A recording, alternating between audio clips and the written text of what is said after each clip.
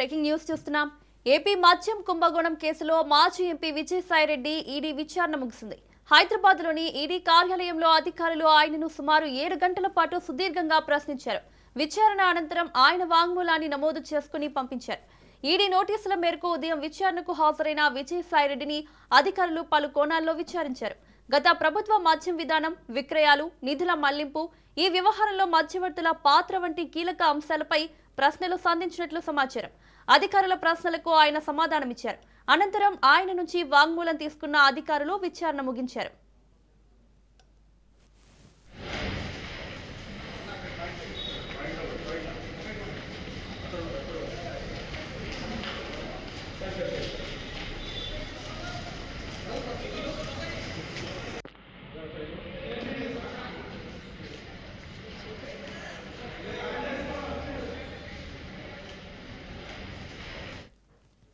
గత వైసీపీ ప్రభుత్వంలో మద్యం లైసెన్సులు, డిస్ట్రిబ్యూషన్, విక్రయాల్లో భారీగా అవకతవకలు జరిగాయని, దీని ద్వారా సుమారు 3,500 కోట్లు చేతులు మారాయని ఆరోపణలు ఉన్నాయి. ఈ ఆరోపణలపై సిట్ నమోదు చేసిన ఎఫ్ఐఆర్ ఆధారంగా ఈడీ మనీ లాండరింగ్ కోణంలో దర్యాప్తు చేస్తుంది. ఈ కేసులో విజయసాయిరెడ్డి నిందితుడిగా ఉన్నారు. ఈ కేసులో దర్యాప్తు కొనసాగుతుందని అధికారులు స్పష్టం చేస్తున్నారు. ఈ కుంభకోణంతో సంబంధం ఉన్న మరికొందరు నేతలు, మధ్యవర్తులపైన దృష్టి సారించినట్లు తెలుస్తుంది. ఈ పరిణామాలతో ఏపీ రాజకీయ వర్గాల్లో ఉత్కంఠ నెలకొంది.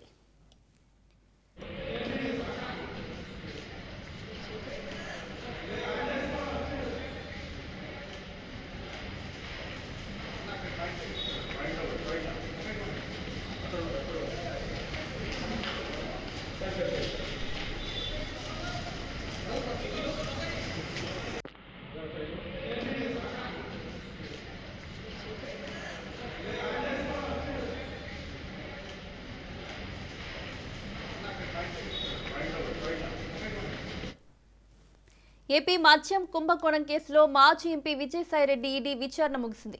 హైదరాబాద్లోని ఈడీ కార్యాలయంలో అధికారులు ఆయనను సుమారు 7 గంటల పాటు సుదీర్ఘంగా ప్రశ్నించారు. విచారణ అనంతరం ఆయన వాంగ్మూలాన్ని నమోదు చేసుకుని పంపించారు. ఈడీ నోటీసుల మేరకు ఉదయం విచారణకు హాజరైన విజయసాయిరెడ్డిని అధికారులు పలు కోణాల్లో విచారించారు. గత ప్రభుత్వ మద్యం విధానం, విక్రయాలు, నిధుల మళ్లింపు, ఈ వ్యవహారంలో మధ్యవర్తుల పాత్ర వంటి కీలక అంశాలపై ప్రశ్నలు సంధించినట్లు సమాచారం. అధికారుల ప్రశ్నలకు ఆయన సమాధానమిచ్చారు. అనంతరం ఆయన నుంచి వాంగ్మూలం తీసుకున్న అధికారులు విచారణ ముగించారు.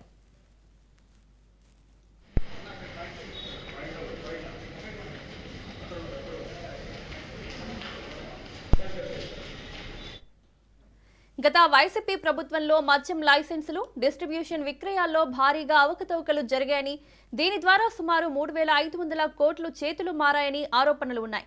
ఈ ఆరోపణలపై సిట్ నమోదు చేసిన ఎఫ్ఐఆర్ ఆధారంగా ఈడీ మనీ లాండరింగ్ కోణంలో దర్యాప్తు చేస్తోంది. ఈ కేసులో విజయసాయిరెడ్డి నిందితుడిగా ఉన్నారు. ఈ కేసులో దర్యాప్తు కొనసాగుతోందని అధికారులు స్పష్టం చేస్తున్నారు. ఈ కుంభకోణంతో సంబంధం ఉన్న మరికొందరు నేతలు, మధ్యవర్తులపైన దృష్టి సారించినట్లు తెలుస్తోంది. ఈ పరిణామాలతో ఏపీ రాజకీయ వర్గాల్లో ఉత్కంఠ నెలకొంది. ఇక ఇదే అంశానికి సంబంధించి మరిన్ని అప్డేట్స్ మా ప్రతినిధి ప్రవీణ్ అందిస్తారు. ప్రవీణ్, అయితే హైదరాబాద్ లో ఈడీ కార్యాలయంలో విజయసాయిరెడ్డి విచారణ ముగిసింది. ఏపీ లిక్కర్ స్కామ్ కేసులో భాగంగా ఈడీ అధికారులు విజయసాయిరెడ్డిని సుమారు 7.5 గంటల పాటు ప్రశ్నించారు. ఆంధ్రప్రదేశ్ లో గత ప్రభుత్వ హయాంలో అమలైన లిక్కర్ పాలసీ ద్వారా సుమారు 3,500 కోట్ల మేర అక్రమాలు జరిగాయనే ఆరోపణలపైన ఈడీ లోతైన విచారణ చేపట్టింది. ఇదే విధంగా ఆ లిక్కర్ వ్యాపారంలో వచ్చినటువంటి నిధుల ప్రవాహం, ఆ డబ్బు ఎవరి చేతుల్లోకి వెళ్ళింది, ఎలా మళ్లించబడింది అన్న అంశాలపైన విజయరెడ్డిని ప్రశ్నించినట్లుగా సమాచారం అయితే వస్తుంది. ముఖ్యంగా లిక్కర్ స్కామ్ కు సంబంధించినటువంటి డబ్బును దాచేందుకు సేల్ కంపెనీలు ఏర్పాటు చేశారా అంటూ కూడా సమాచారం వస్తుంది. ఆ కంపెనీల ద్వారా నిధులు ఇతర ఖాతాల్లోకి ఎవరు మళ్లించారనే కోణం లోపల కూడా ప్రశ్నించినట్లు తెలుస్తుంది. అయితే ఇదే కారణంగా బ్యాంకు ఖాతాలో కూడా ఫైనాన్షియల్ ట్రాన్సాక్షన్ డాక్యుమెంట్, డిజిటల్ ఆధారాలను ఎదురుగా ఉంచి ప్రశ్నించినట్లు తెలుస్తుంది. విచారణ పూర్తయ్యాక విజయసాయిరెడ్డి ఈడీ కార్యాలయం నుంచి బయటకు వచ్చి మీడియాతో కూడా మాట్లాడడం జరిగింది. ఏపీ లిక్కర్ స్కామ్ కేసులో ఇంకా పలువురు కీలక నేతలు వ్యాపారవేత్తలు కూడా విచారణ జరిగే అవకాశం ఉంది అంటూ కూడా తెలుస్తుంది. అధికార వర్గాలు చెప్తున్నట్టు కూడా తెలుస్తుంది. అయితే ఇదే విధంగా మిథున్ రెడ్డి సూచన మేరకే అరబిందో నుంచి డబ్బులు ఇప్పించా అంటూ కూడా మీడియాతో మాట్లాడారు. సజ్జల శ్రీధర్ కసిరెడ్డి మిథున్ రెడ్డి మధ్య లావాదేవీలు జరిగినట్టుగా కూడా చెప్పారు. లిక్కర్ స్కామ్ గురించి రాజ్ కసిరెడ్డికే ఎక్కువ తెలుసునని కూడా చెప్తూ మీడియా ముందు మాట్లాడారు. కొటారిలో ఉన్న పందికొక్కులు జగన్ ను తప్పుదారి పట్టిస్తున్నారు అంటూ కూడా మాట్లాడడం జరిగింది. అదేవిధంగా జగన్ కు తెలియకుండానే చాలా తప్పులు జరుగుతున్నాయి అంటూ కూడా అయితే మీడియా ముందు చెప్పడం జరిగింది. ఇలాగే ఉంటే పార్టీ ప్రజాదరణ చెరగొనే ప్రసక్తి లేదంటూ కూడా చెప్పడం జరిగింది. పందికొక్కులు ఎవరో నా నోటి కూడా చెప్పాల్సిన అవసరం లేదంటూ కూడా ఘాటుగా విమర్శలు కూడా చేశారు. అదేవిధంగా మిథున్ రెడ్డి కోరిక మేరకే రాజ్ కసిరెడ్డి మీటింగ్ తో ఏర్పాటు చేశాను అంటూ కూడా చెప్తూ ఉన్నారు. ఈ దాంట్లో మొత్తంగా చూసుకుంటే కనుక మెయిన్ గా మిథున్ రెడ్డి సూచన మేరకే అరబిందో నుంచి డబ్బులు ఇప్పించాను అంటూ కూడా చెప్పడం జరిగింది. అదేవిధంగా సజ్జల శ్రీధర్ కసిరెడ్డి మిథున్ రెడ్డి మధ్య లావాదేవీలు జరిగినట్టుగా కూడా చెప్పడం జరిగింది. లిక్కర్ స్కామ్ గురించి రాజ్ కసిరెడ్డికి తెలిసినది చెప్పానంటూ కూడా చెప్పడం జరిగింది. కొటార్లో ఉన్న పందికొక్కులను జగన్ ను తప్పు పట్టిస్తున్నాయంటూ కూడా చెప్పింది. రాజ్ కసిరెడ్డి ఈ దానికి మొత్తం కూడా టోటల్ గా కూడా ఆ మూలకారకుడు రాజ్ కసిరెడ్డికి తెలిసి దాని గురించి మొత్తం కూడా తెలుసు కాబట్టి రాజ్ కసిరెడ్డి చెప్తేనే నేను చేశాను అంటూ కూడా చెప్పడం జరిగింది. అరబిందో బిజినెస్ లు నా బిజినెస్ లు కావంటూ కూడా విజయసాయి రెడ్డి మీడియాతో చెప్పడం జరిగింది.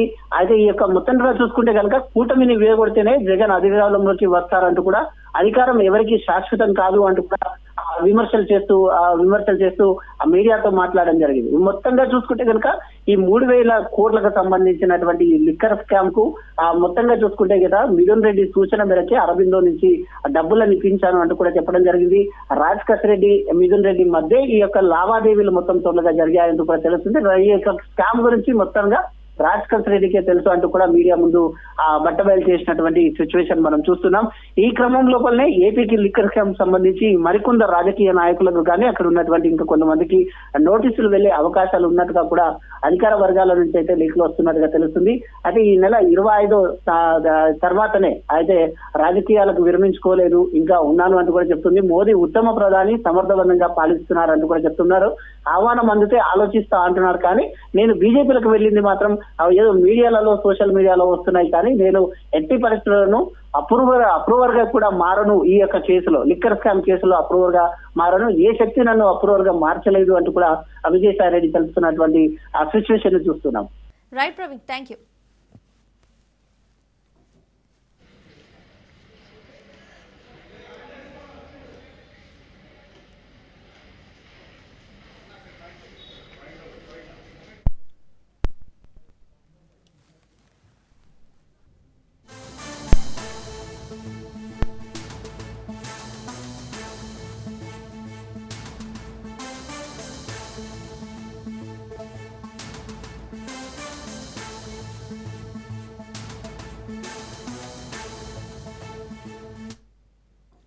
బ్రేకింగ్ న్యూస్ చూస్తున్నాం. కేటీఆర్ హరీష్ రావులపై MLC Addanki Dayakar hot comments చేశారు. మున్సిపల్ ఎన్నికల్లో ఓట్ల కోసం లేని అంశాలను తెర మీదకు తెచ్చి కేటీఆర్ హరీష్ రావులు పబ్బం గడుపుతున్నారని అన్నారు. బొగ్గు స్కామ్, జిల్లాల మార్పు పేరుతో కేటీఆర్లు డ్రామాలు క్రియేట్ చేస్తున్నారని విమర్శించారు. ఒకసారి అధికారం ఇస్తే కుటుంబం మొత్తం స్కామ్ లో ఇరుక్కున్నారని అన్నారు.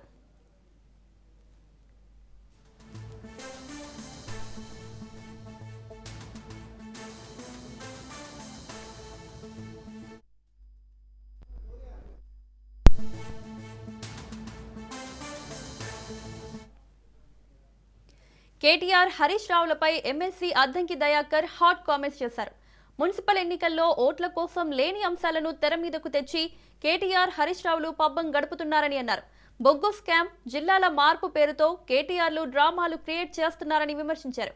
ఒకసారి అధికారం ఇస్తే కుటుంబం మొత్తం స్కామ్ లో ఇరుక్కున్నారని అన్నారు. ఇక ఇదే అంశానికి సంబంధించి మరిన్ని అప్డేట్స్ మా ప్రతినిధి సైదులు అందిస్తారు. Saidulu, BRS working president KTR కి ఫోన్ ట్యాపింగ్ కేసులో సెట్ నోటీసులు జారీ చేసింది. రేపు 11 గంటలకి ఫోన్ ట్యాపింగ్ కేసులో విచారణకి రావాలని అందులో పేర్కొనడం జరిగింది. రేపు 11 గంటలకి సిట్ విచారణకి హాజరవుతున్నారు BRS working president KTR. SIT నోటీసులు అందినట్లు, సిట్ విచారణకు హాజరవుతున్నట్లు ఆయన సిరిసిల్ల పర్యటనలో ఉన్నారు. సిరిసిల్ల తెలంగాణ భవన్లో ఆయన మీడియాతో మాట్లాడడం జరిగింది. సో ఆయన ఈ యొక్క సిట్ నోటీసుల పైన కూడా రాష్ట్ర ప్రభుత్వం పైన ఆయన ఘాటైన వ్యాఖ్యలు చేశారు. మున్సిపల్ ఎన్నికలు దగ్గర పడుతున్న వేళ రాష్ట్ర ప్రభుత్వం ఏదో ఒక రూపంలో ఇలాంటి సిట్ ఏర్పాటు చేయడం, సిట్ల పేరుతోటి పబ్బం గడపడం, ఇచ్చినటువంటి హామీలను పక్కదో పట్టించడం ప్రజలు అన్ని గమనిస్తున్నారు కాబట్టి సో తగిన బుద్ధి రానున్న రోజులలో కాంగ్రెస్ పార్టీకి చెప్తారని చెప్పేసి కూడా బీఆర్ఎస్ వర్కింగ్ ప్రెసిడెంట్ కేటీఆర్ అన్నారు. కాబట్టి ఎటువంటి సిట్లు వేసినా సరే న్యాయ వ్యవస్థ పైన మాకు నమ్మకం ఉంది కాబట్టి చట్టాన్ని గౌరవించే వాళ్ళంగా మేము ఖచ్చితంగా సిట్ విచారణకి హాజరవుతాము, అడిగిన ప్రతి ప్రశ్నకి సమాధానం చెప్తామని చెప్పేసి కూడా అన్నారు. ఓన్లీ దావోస్ పర్యటనలో ఉన్నటువంటి ముఖ్యమంత్రి రేవంత్ రెడ్డి రాష్ట్ర ప్రభుత్వం మొత్తం ముఖ్యమంత్రి మంత్రుల మధ్య కొంత వాటాల పంచాయతీ నడుస్తుందని, సో దాని నుంచి పక్కదారి పట్టించే ప్రయత్నంలో భాగంగానే ఈ విధంగా ఫోన్ ట్యాపింగ్ కేసులో మా పార్టీ నాయకులకు నోటీసులు జారీ చేస్తున్నారు. మొన్న హరీష్ రావు గారికి నోటీసులు జారీ చేశారు, ఈ రోజు నాకు ఇచ్చారు, రేపు విచారణకు రమ్మన్నారు. కాబట్టి విచారణకు హాజరవుతాం, ఖచ్చితంగా అడిగిన ప్రతి ప్రశ్నకి సమాధానం చెప్తామని చెప్పేసి కూడా కేటీఆర్ అన్నారు. కాబట్టి రేపు ఉదయం 9 గంటలకి తెలంగాణ భవన్ కి రానున్నారు బీఆర్ఎస్ వర్కింగ్ ప్రెసిడెంట్ కేటీఆర్. దాదాపు గంటన్నర పాటు తెలంగాణ భవన్ లోనే కేటీఆర్ ఉండే అవకాశం కనిపిస్తుంది. 10:30 ఆయన తెలంగాణ భవన్ నుంచి నేరుగా జూబ్లీ హిల్స్ లో ఉన్నటువంటి పోలీస్ స్టేషన్ కి జూబ్లీ హిల్స్ పిఎస్ కి ఆయన వెళ్తారు. వెళ్ళిన తర్వాత విచారణకి హాజరవుతారు. దీనిపైన బీఆర్ఎస్ పార్టీ లీగల్ టీం కూడా స్పందించింది. కేటీఆర్ కి 160 సిఆర్పిసి కింద నోటీసులు జారీ చేసిన విధానం పైన బీఆర్ఎస్ పార్టీ లీగల్ టీం కూడా స్పందించింది. So BRS party legal team కూడా చెప్తుంది లాయర్ని అనుమతించాలి, కానీ పోలీసులు మాత్రం పదే విక్టిమ్స్ కాదు విట్నెస్ కాబట్టి లాయర్లు పక్కన ఉండాల్సిన అవసరం లేదని చెప్పేసి కూడా చెప్తున్నారు. కాకపోతే 4 గంటలు మాత్రమే విచారణ చేయాల్సి ఉంటుంది. కాబట్టి 7-8 గంటల పాటు విచారణ చేస్తున్నారు. ఇది సరైనది కాదు, ఎందుకంటే కాంగ్రెస్ చట్టం రాష్ట్రంలో అమలు అవుతుంది. ఇది సరైన సమయంలో తగిన బుద్ధి మేము కూడా చెప్తామని చెప్పేసి కూడా బీఆర్ఎస్ పార్టీ లీగల్ టీం చెప్తూ వస్తుంది. కాబట్టి ఏదేమైనా సరే రేపు మాత్రం ఉదయం 11 గంటలకి సిట్ విచారణకి ఫోన్ ట్యాపింగ్ కేసులో మొదటిసారి సిట్ విచారణకి హాజరవుతున్నారు BRS party working president KTR కి నోటీసులు ఇచ్చిన దానిపైన బీఆర్ఎస్ పార్టీ నాయకులు తీవ్రస్థాయిలో ఖండిస్తూ వస్తున్నారు. అనేక మంది అంటే ముఖ్యంగా హరీష్ రావు ముందుగానే ఆయన మొదటిసారిగా BRS party working president KTR కి నోటీసులు ఇచ్చిన తర్వాత మాజీ మంత్రి హరీష్ రావు ఆయన మెదక్ పర్యటనలో ఉన్నారు, వెంటనే స్పందించారు. నోటీసులు ఇవ్వడాన్ని తీవ్రంగా ఖండిస్తున్నామని చెప్పేసి కూడా ఆయన అన్నారు. మొన్న నాకు నోటీసులు ఇచ్చారు, సో ఈ రోజు కేటీఆర్ కి ఇచ్చారు. ఓన్లీ డైవర్ట్ పాలిటిక్స్ మాత్రమే, ఎందుకంటే రాష్ట్రంలో అతిపెద్ద కుంభకోణం జరిగింది, ముఖ్యంగా బొగ్గు కుంభకోణం. ఆ కుంభకోణాన్ని వెలికి తీసినప్పుడు వెంటనే నాకు నోటీసులు ఇచ్చారు. సో ఇప్పుడు కూడా కేటీఆర్ కి నోటీసులు ఇస్తున్నారు. మున్సిపల్ ఎన్నికల నోటిఫికేషన్ రేపో ఎల్లుండో రాబోతున్న వేళ ఇప్పుడు నోటీసులు ఇచ్చి డైవర్ట్ పాలిటిక్స్ కి రాష్ట్ర ప్రభుత్వం పాల్పడుతుంది. సో కేటీఆర్ కి నోటీసులు ఇవ్వడానికి తీవ్రంగా ఖండిస్తున్నా అని చెప్పేసి మాజీ మంత్రి హరీష్ రావు మాట్లాడడం జరిగింది. బీఆర్ఎస్ పార్టీ చెందినటువంటి మాజీ మంత్రులందరూ కూడా కేటీఆర్ కి నోటీసులు ఇవ్వడానికి తీవ్రంగా ఖండించారు. సో ఏదైనా సరే అందరూ ప్రజలు గమనిస్తున్నారు కాబట్టి ఫోన్ ట్యాపింగ్ అసలు జరగనే లేదని చెప్పేసి ఒకవైపు చెప్తున్నప్పటికీ ఫోన్ ట్యాపింగ్ లో మళ్ళీ విట్నెస్ పేరుతోటి పిలవడం ఏంటి అని చెప్పేసి కూడా మాజీ మంత్రులు బీఆర్ఎస్ పార్టీ చెందినటువంటి ఎమ్మెల్యేలందరూ కూడా చెప్తున్నారు. ఎందుకంటే ఈ కేసు విషయంలో 2 ఛార్జీలు రాష్ట్ర ప్రభుత్వం అప్పటికే దాఖలు చేసింది సుప్రీంకోర్టులో కేసు నడుస్తున్నప్పుడు మళ్ళా అప్పటికప్పుడు కొత్తగా సిట్ ఏర్పాటు చేసి విట్నెస్ పేరుతోటి నోటీసులు ఇచ్చి విచారణకు పిలవడం ఎంతవరకు సబబు అని చెప్పేసి కూడా రాష్ట్ర ప్రభుత్వాన్ని బీఆర్ఎస్ పార్టీ నాయకులు ప్రశ్నిస్తున్నారు. కాబట్టి 2 ఏళ్ల కాంగ్రెస్ పార్టీ పాలనకు సంబంధించి ఇచ్చినటువంటి 420 హామీలు 6 గ్యారెంటీలకు సంబంధించినటువంటి హామీల పైన ప్రజలు నిలదీస్తుంటే ఏదో ఒక రకంగా ప్రతిపక్షాల గొంతు నొక్కేందుకు ఇటు అసెంబ్లీ సాక్షిగా మేము ప్రభుత్వ తీరును ఎండగడుతుంటే ఇటు మా గొంతు నొక్కే ప్రయత్నం చేస్తున్నారు, ప్రజా సమస్యల పైన ప్రజాక్షేత్రంలో మాట్లాడుతుంటే మా గొంతు నొక్కే ప్రయత్నం చేస్తున్నారు అని చెప్పేసి కూడా బీఆర్ఎస్ పార్టీ నాయకులు తీవ్రస్థాయిలో మండిపడుతున్నారు. సో రేపు మాత్రం ఉదయం 11 గంటలకి BRS working president KTR phone tapping కేసులో సిట్ విచారణకి ఆయన హాజరవుతున్నారు. Right side, thank you.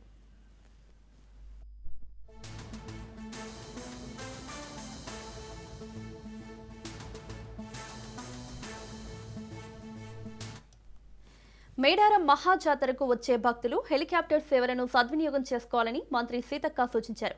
Mulugu జిల్లా తంబి సంస్థ ఆధ్వర్యంలో ఏర్పాటు చేసిన హెలికాప్టర్ సేవలను మంత్రి సీతక్క ప్రారంభించారు. అమ్మవార్లను సత్వరమే దర్శించుకునేందుకు సమయం వృధా కాకుండా హెలికాప్టర్ సేవలను పర్యాటక శాఖ ఏర్పాటు చేసిందని సీతక్క తెలిపారు. హనుమకొండ జిల్లా కేంద్రం నుండి మేడారం వరకు, తిరిగి మేడారం నుండి హనుమకొండకు వెళ్లేందుకు ఒక్కొక్కరికి 31,000 రూపాయల టికెట్ నిర్ణయించామని, మేడారం పరిసర ప్రాంతాల్లో హెలికాప్టర్ ద్వారా పర్యటించేందుకు 4,800 రూపాయల టికెట్ ధర ఖరారు చేశామని వివరించారు.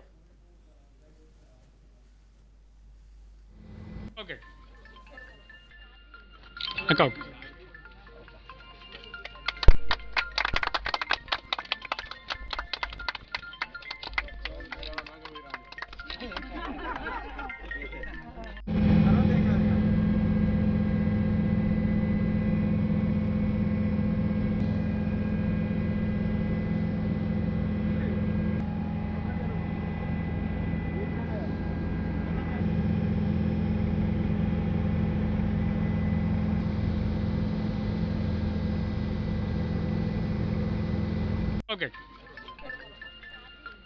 అక్క ఓకే.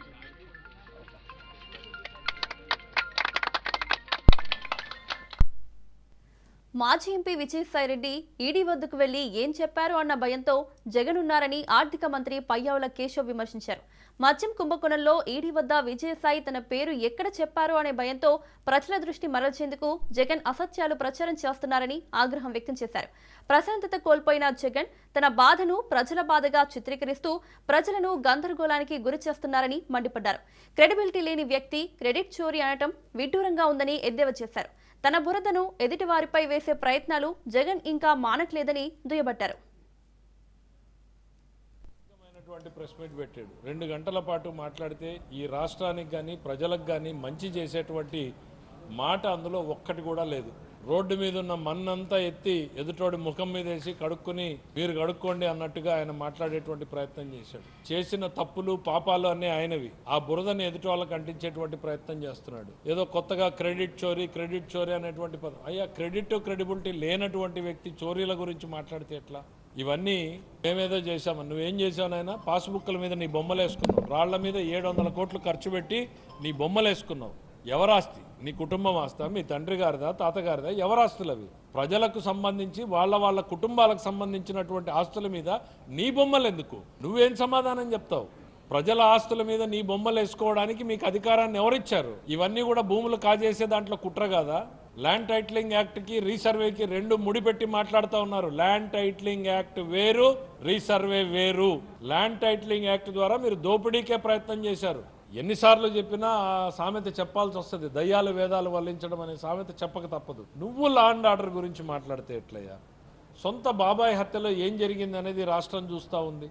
బాబాయ్ హత్య చేసిన వాళ్ళందరూ నీ చుట్టూ తిరుగుతూ ఉంటే నారాసుర రక్త చరిత్రాన్ని మాకు అంటగట్టించేటువంటి ప్రయత్నం చేశావు.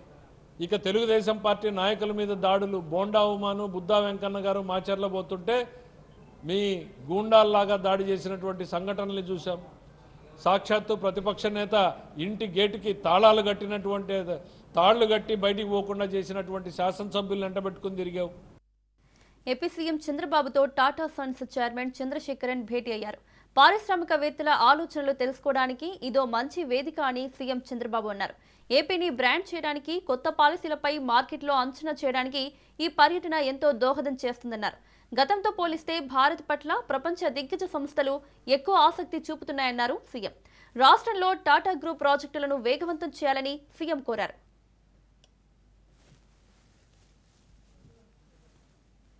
ఏపీ ముఖ్యమంత్రి చంద్రబాబు స్విట్జర్లాండ్లోని దావోస్లో తన 4 రోజుల పర్యటనను విజయవంతంగా ముగించుకొని స్వదేశానికి బయలుదేరారు. వరల్డ్ ఎకనామిక్ ఫోరం సదస్సులో పాల్గొన్న ఆయన శుక్రవారం ఉదయం 8:25 హైదరాబాద్లోని శంషాబాద్ విమానాశ్రయానికి చేరుకుంటారు. అక్కడి నుంచి నేరుగా అమరావతికి పయనమై ఉదయం 11:30 నుంచి సచివాలయంలో అధికారిక విధుల్లో పాల్గొనున్నారు.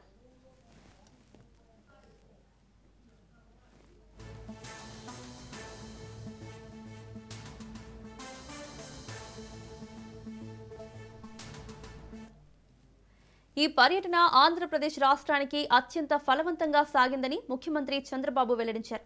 కేవలం 3 రోజుల సమావేశాల ద్వారానే గ్రీన్ ఎనర్జీ, ఆర్టిఫిషియల్ ఇంటెలిజెన్స్, వ్యవసాయం, టూరిజం వంటి కీలక రంగాల్లో సుమారు 2.50 లక్షల కోట్ల పెట్టుబడులు సాకారమయ్యాయని ఆయన వివరించారు.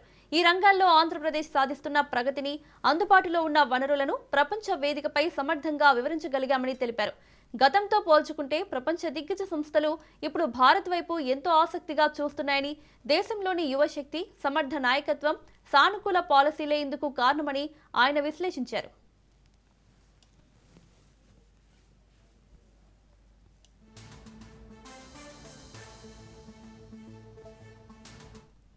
ఆదిలాబాద్ జిల్లా కేస్లాపూర్లో కొలువున్న గిరిజనుల ఆరాధ్య దైవం మెస్రం వంశీయుల ఇలవేల్పు నాగోబా సన్నిధిలో జాతర మహోత్సవం వైభవంగా కొనసాగుతుంది.